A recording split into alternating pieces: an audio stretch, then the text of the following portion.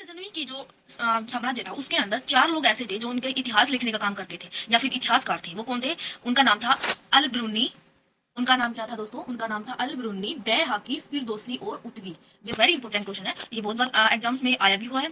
अब देखो, इनका फर्स्ट सोर्स जो था, ये हमें कैसे पता चला कि अल ब्रूनी जो थे वो इनके फर्स्ट मतलब कि वो इतिहासकार माने जाते हैं। अल ब्रूनी जो थे, यानी कि उस मेडाइवल हिस्ट्री जो है, हमारी मिडिवल हिस्ट्री जो है, इसी इसका पता हमें अल ब्रूनी की पुस्तक से पता चलता है। और ये पहले ऐसे मुस्लिम थे जिन्होंने पुराणों का अध्ययन करने के लिए संस्कृत सीखी थी। और ये संस्कृत जो थी उन्होंने वाराणसी से सीखी थी। कहाँ से सीखी थी? तो ये संस्कृत उन्होंने वाराणसी से सीखी थी। और इनकी जो किताब है वो बहुत इंपॉर्टेंट है, जिनका नाम है किताब उल हिंद या तहकीक ए हिंदी। तहकीक है हिंद या हिंदी। ये बहुत इंपॉर्टेंट क्वेश्चन है। अब देख, दूसरे इतिहासकार थे दोस्तों बैहाकी। दोस्तों बैहाकी ने 2 पुस्तकें लिखी थी और दोनों ही पुस्तकें गजनी पर न लिखकर इनके पिता और पुत्र के नाम पर लिखी थी, जिनका नाम है तारिक ए सुबुतीन एंड दूसरी थी तारिक ए मसूदी। मसूदी इनके पुत्र का नाम था। अब देखो दोस्तों, उन्होंने गजनी पर पुस्तक न लिख करके उसके पिता पुत्र पे क्यों लिखी? क्योंकि कोई भी व्यक्ति ज्यादा अपने पिता पुत्र से क्या होता है, अटैच होता है।